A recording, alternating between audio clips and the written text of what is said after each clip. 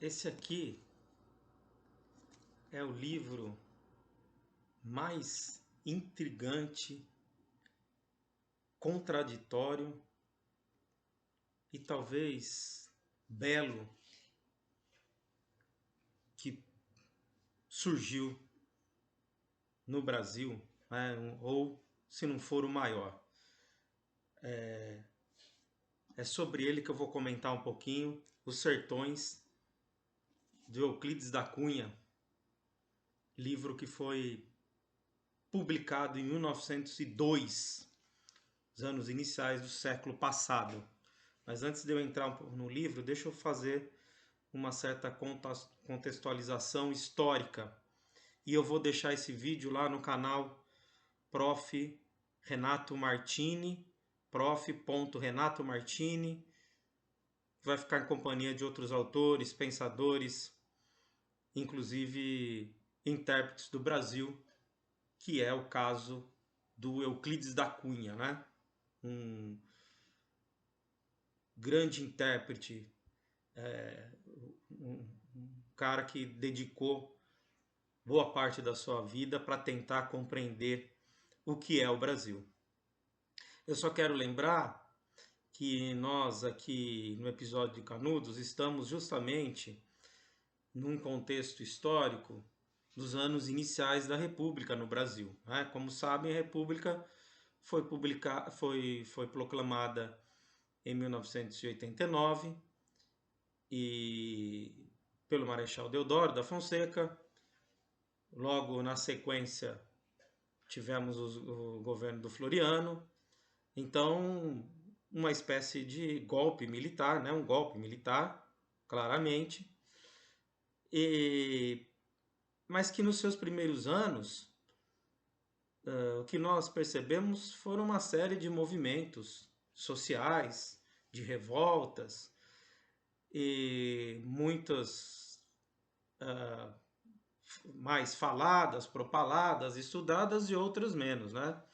Tivemos questão do contestado na divisa do estado do Paraná com Santa Catarina, por conta do momento de construção de uma ferrovia que ligaria Rio Grande do Sul a São Paulo, e depois que acabaram as obras, aquele pessoal todo que ficou contratado, então incluiu uma série de revoltas ali, né, por questão da propriedade da terra e tudo mais.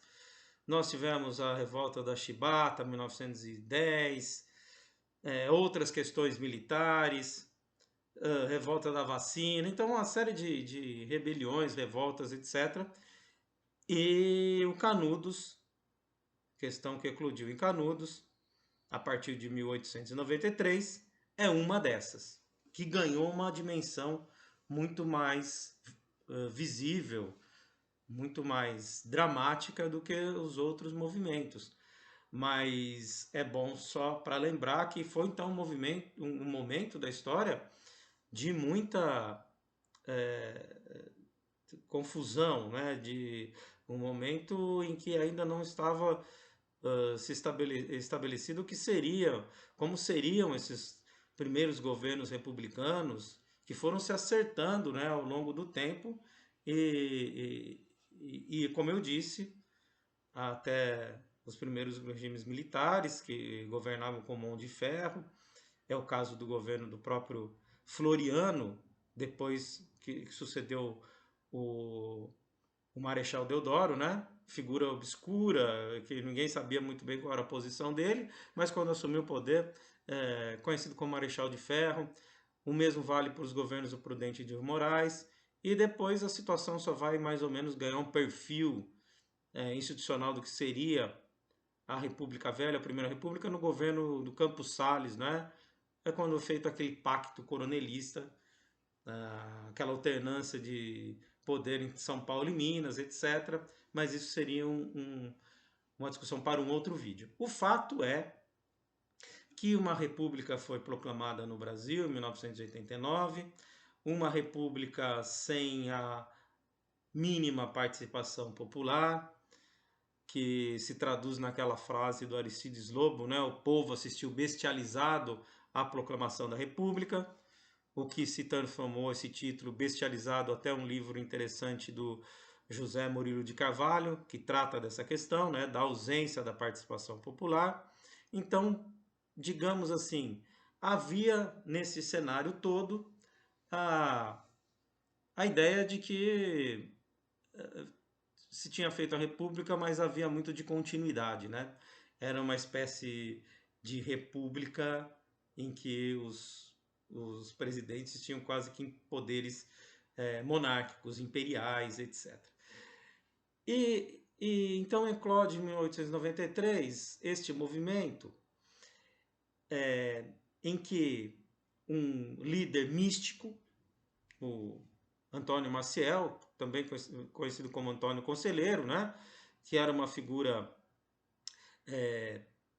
que vivia perambulando no interior nordeste brasileiro, após ter sofrido uma série de reveses pessoais, traição da esposa, tinha tido vários casos de depressão, problemas psiquiátricos na família, começou a pregar naquela região e no interior do Ceará, migrar e tal, até que se estabeleceu em Canudos com um secto, né? Um componente grande de seguidores. Estima-se que Canudos chegou a ter ali 25 mil habitantes, né? Quando foi depois reprimido pelas tropas do Exército Federal.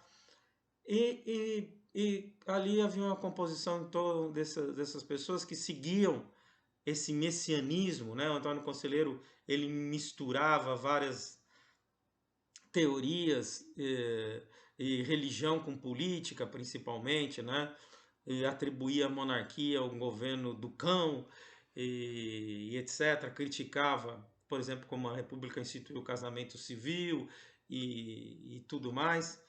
O fato é que ali estabeleceu, né, uma espécie de, como dizem alguns, monarquismo comunista, ou seja, eles era um movimento que defendia a volta da monarquia, ao mesmo tempo que estabelecia lá as bases de uma espécie de comunismo entre eles, porque ali era tudo dividido igualmente, né, os frutos do trabalho, etc., naquela comunidade e tudo mais.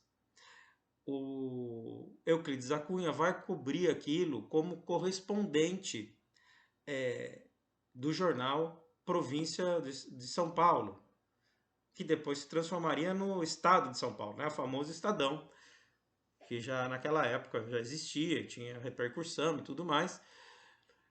E o Euclides da Cunha, o próprio Euclides da Cunha, é uma figura muito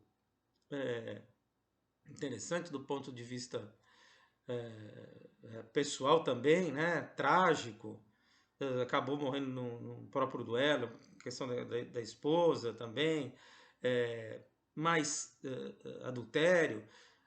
O Euclides, ali da região de Cantagalo, no Rio de Janeiro, ele foi fazer escola militar na escola da Praia Vermelha, né, no Rio de Janeiro, e ali no final de 1860 e pouco, e então, portanto, teve uma formação militar e tinha contato ali, né, por ser inclusive militar, com as teorias em voga existente naquele momento na sociedade brasileira, né? Tomou contato com o positivismo, que era uma corrente forte, inclusive que foi influente na proclamação da República, né? Está no lema da bandeira do Brasil, ordem e progresso. As ideias do evolucionismo, racialismo, tudo isso muito presente e, sobretudo, uma concepção cientificista, né? Uma crença muito forte na ciência, de que a ciência iria ser algo como um remédio para todos os males, né? A ciência seria capaz de resolver todos os problemas da humanidade, essa era a convicção da época, inclusive os problemas de cunho político, né? O Euclides, republicano de primeira hora, mas depois muito decepcionado com os rumos que a República toma, né? Quando o Euclides ainda era militar, teve um episódio ali, os momentos, meses antes, anos antes, acho que 1896, se não me engano, um pouquinho antes da proclamação da República, 1886, 87, não sei, não me recordo bem, em que ele teria jogado um espadachim quando o ministro da Guerra foi visitar as tropas lá. Ele tinha jogado um espadachim no pé do ministro e dado um Viva a República, né? E teria sido expulso, então, da carreira militar, das hostes militares, e depois reincorporado, mas depois acabou saindo e foi ser secretário de obras no interior de São Paulo, São José, é, Rio Pardo, né? Rio Pardo, e depois pendeu para o jornalismo. E foi justamente lá, nesse momento, que foi cobrir o episódio de Canudos, e foi justamente nos momentos lá finais, nos 20 dias próximos da última expedição. Foram 4 expedições, né, que foram enviadas, 3 derrotadas e a 4 que foi um massacre, né? Então ali é interessante, por que eu digo que é um livro talvez um dos mais intrigantes, contraditórios, estranhos, belos da língua portuguesa e talvez da literatura universal, se é que a gente pode enquadrar esse livro como literatura, porque ali há de tudo, né? A geografia, a antropologia, a sociologia, a psicologia discutida, né? Ele ali, quando ele vai cobrir aquele movimento, havia toda uma ideia, e ele mesmo, como adepto da ciência, né, do evolucionismo, de que a república era superior à monarquia, de que existia uma dicotomia entre civilização e barbárie, né, progresso e atraso, rural e urbano, etc. Mas ele vai ali, então, assistir aquilo, vai fazer as suas correspondências no momento, em 1897, e tal, para o jornal, mas recolhe todo o material, escreve ali, faz uma etnografia, uma análise geográfica, sociológica, antropológica daquela região, daqueles personagens, da composição populacional, da própria guerra que aconteceu, e guarda esse material e vai ficar ruminando e vai ficar retrabalhando todo esse material e vai fazendo, parece a muitos, uma espécie de meia-culpa. A Valnice Nogueira, que inclusive tem uma resenha sobre este livro, né, do Euclides da Cunha Os Sertões, Valnice Nogueira Galvão, nessa introdução ao Brasil, um banquete nos trópicos, ela faz um comentário sobre a obra, né? E eu li em outro livro aqui, Formação do Pensamento Político Brasileiro, do Verfort, que ela teria dito que só com as contradições que ela diagnosticou no livro dariam para escrever mais 2 outros livros, né? Então é um livro bastante contraditório, porque nos parece que ele vai fazendo uma espécie de conversão ali, né, de ideias em tudo que ele acreditava, na ciência, no evolucionismo, né? É bom lembrar que tinha todo aquele racismo da época, racialismo, né, que justificavam a existência de raças superiores e inferiores, que a miscigenação era algo ruim, nefasto. Tudo isso está no âmago do pensamento do Euclides da Cunha, mas que ali ele vai relativizando. Porque havia, inclusive na visão dele, todo um clamor para que aquilo fosse controlado, aquele movimento. Porque aquilo era uma espécie de vexame, né? Nacional e internacional. Como é que podia nós, que estávamos tentando entrar no conceito das nações, imitar os melhores modelos políticos, a República, a Constituição, toda bela, no sentido de jurídico, mas que tinha todo o seu lado de copismo, né? Como eu trabalhei em vídeos anteriores aí, denunciados pelo Oliveira Viana, pelo Alberto Torres, que estão lá no canal, prof. Renato Martini, é, como é que podíamos, querendo entrar numa espécie de patamar civilizacional, moderno, etc., temos lá no interior do Brasil, no sertão, um movimento místico que pregava a volta à monarquia, extremamente religioso, com ideias pouco científicas, digamos assim, questionando, colocando em xeque, né, todo aquele ideário belo, etc.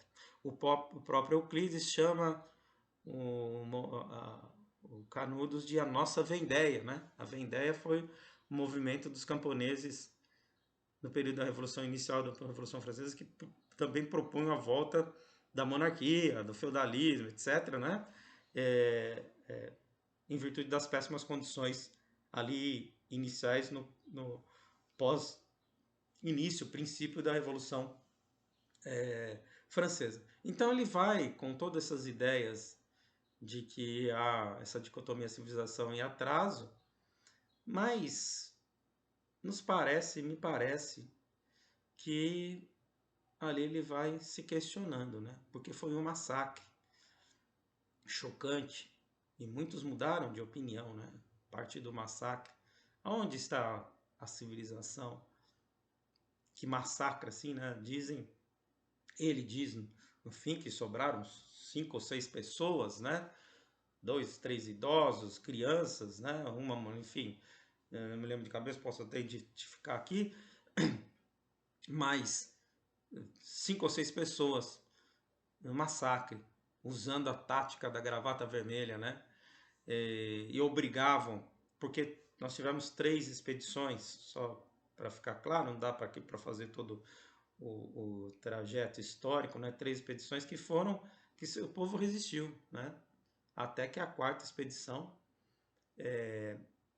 massacrou e, e obrigavam, inclusive os canudenses, não sei se é essa a expressão correta, né?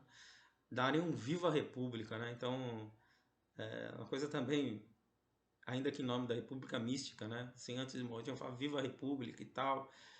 Então ele vai ali se deparando e mudando toda a sua concepção, baseada num cientificismo, numa ideia de racialismo, de descrição contundente da realidade, de objetividade, ele vai revendo seus conceitos. A primeira parte do livro chama-se A Terra, e onde ele faz uma descrição geográfica, geofísica minuciosa, mostrando ali toda, porque também é bom lembrar que entre essas teorias daquele momento, né, existia aquela ideia muito forte do determinismo de meio, né, o meio ambiente. Isso está inclusive em Montesquieu e outros autores e do pensamento político clássico, etc., né, como o clima impacta a organização, etc. Então é importante fazer essa descrição, e a descrição é contundente, né? Ele vai mostrando ali o cenário de seca, onde vai mostrando que tudo se atrofia, tudo, né, há uma tendência à economia de energia em virtude das condições muito adversas, né, de clima, né? Sei que tem que economizar energia, pouca água, etc. Então o sertanejo a pessoa, descreve as plantas ali, né? A própria palavra caatinga vem daí, mato doente, né? Atrofiado, tudo se atrofia. O cenário é ríspido, desolador nesse sentido. Então ele faz toda essa descrição e mostra, inclusive, trata ali, né? Já está ali tratando da questão do impacto do ser humano no meio ambiente, né? Diz em certa passagem, o homem é um fazedor de desertos, porque ali também é muito fruto das queimadas que eram realizadas, etc. E como engenheiro, né, tem aqueles momentos de otimismo, engenheiro, aquele que acredita na ciência. Bom, o mesmo homem que criou os desertos, ele pode resolver isso. E menciona na história os canais de irrigação, diques, etc., que foram feitos desde Roma Antiga, né? Então já está lá em curso a questão da transposição do São Francisco, né? Porque ele faz ali uma análise da região, escreve o Rio São Francisco, inclusive, e tudo mais, né? Bom, o fato é que então ele faz essa descrição minuciosa e no segundo momento do livro, em que intitulado O Homem, aí ele faz uma espécie de análise antropológica e tal, e aí você tem aquelas frases famosas, contundentes, né? Em que ele vai ali pensando a identidade do brasileiro, o que é o brasileiro, né? Uma pergunta ainda naquele momento sem muita resposta, que nós somos, que somos nós enquanto povo, etc, né? E é ali que nós nos deparamos com aquelas frases que talvez alguns já tenham ouvido falar, o sertanejo é antes de tudo um forte. Ele é um Hércules Quasímodo. Aí você fala assim, mas como assim um Hércules Quasímodo, né? O Quasímodo é aquele personagem é o Corcunda de Notre Dame, né? É da literatura, todo fraco, frágil. O Hércules é a força, né? Encarnação da força, Deus da força, etc. Como é que ele pode ser Hércules Quasímodo? Ele é forte no sentido de que ele é muito ambientado ao meio. Né? É alguém que conseguiu vencer todas as resistências de meio, que melhor se adequou àquelas circunstâncias. Então, aí tem esse determinismo e como se lida com isso. Mas ao mesmo tempo é fraco porque faltam aqui os hostes da civilização. O que faltaria? Qual é a parte quasímodo dele? A falta de educação, etc. Então, é o pressuposto de que aquele ser forte, colocado num contexto educacional, etc., poderia ser o que ele chama de a rocha firme da nossa nacionalidade. Ali ele vê a germe, a rocha, o cerne da nacionalidade brasileira. É bem verdade que é, ali tem um componente de racialismo, porque ele acha, é bom lembrar, vamos, né, não vamos olhar os livros e os escritores com as lentes apenas da nossa época. Podemos fazer isso, devemos, mas é bom sempre contextualizar para a gente não cometer um anacronismo. É bom lembrar que nós estamos ali há 120 anos atrás, né? 120 e poucos anos atrás, e a ideia de que a miscigenação era ruim, como eu falei em outros vídeos, né? A ciência afirmava que misturar não daria boa coisa. Então ele ainda está impregnado desse componente todo racialista e acha que no litoral houve uma mistura maior. Né? Ali no litoral entra a questão do componente africano, mistura com o europeu, nativo, etc. Uma mistura maior, mas uma mistura também maior, é o seguinte, de copiar ideias, né? Aquela coisa do copismo, de transplantação de ideias, que está sendo criticado inclusive lá no Alberto Torres, Oliveira Viana e outros. E lá no sertão não, né? É uma pureza maior no sentido de que não houve tanta mistura e ali tem até uma cultura autêntica, né? Sertaneja, etc. Então é um livro que ele, inclusive ele fala um momento que a gente não entende muito bem, um subnicho chamado Um Parêntese Irritante, né? Que ele vai falando dessa descrição e tal, vai para o componente racialista, mas de repente ele começa a exaltar o sertanejo como um forte e tudo mais, né? Então é, há muitos trechos, por exemplo, nessa minha edição na página 96, né, em que ele vai dizendo que o sertanejo é um retrógrado, não um degenerado. Por isso mesmo que as vicissitudes históricas o libertaram na fase delicadíssima de sua formação das exigências desproporcionadas de uma cultura de empréstimo, preparando-nos para a conquistar um dia. A sua evolução psíquica, por mais demorada que esteja destinada a ser, tem agora a garantia de um tipo fisicamente constituído e forte.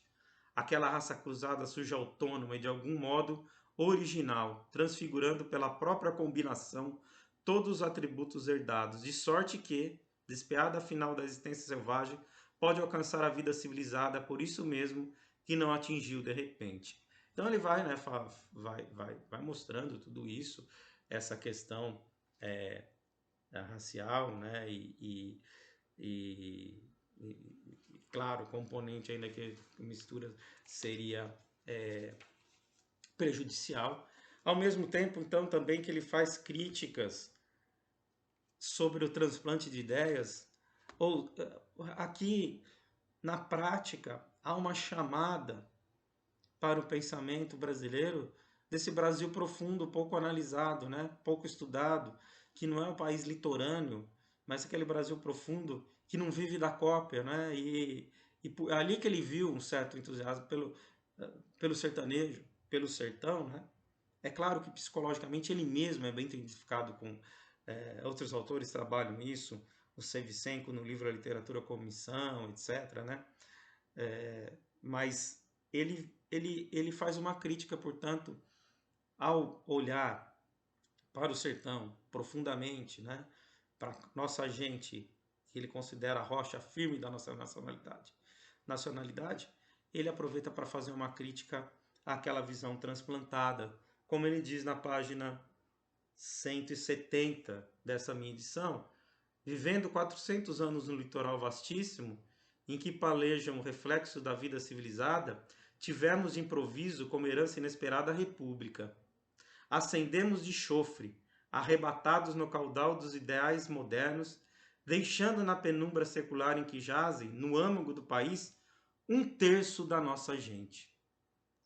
Iludidos por uma civilização de empréstimo, respingando em faina cega de copistas, tudo que de melhor existe nos códigos orgânicos de outras nações, tornamo-nos revolucionariamente, fungindo ao transigir mais ligeiro com as exigências da nossa própria nacionalidade, mais fundo contraste entre o nosso modo de viver e o daqueles rudes patrícios mais estrangeiros nessa terra do que imigrantes da Europa. Porque não nos separa o mar, separa-nos 3 séculos. Não nos separa o mar, separa-nos 3 séculos de história, etc. Então é aquela crítica que já vem, né, numa toada, exceto que autores que eu apresentei, como Alberto Torres e Oliveira Viana, escrevem os seus livros depois do Euclides da Cunha. Então, Euclides da Cunha é precursor nessa crítica ao copismo, à imitação, né, que está lá para o Oliveira Viana tentar escrever as populações e analisar essa realidade. Então é isso, né? E aí ele mostra na parte final, então a terra, o homem e a guerra.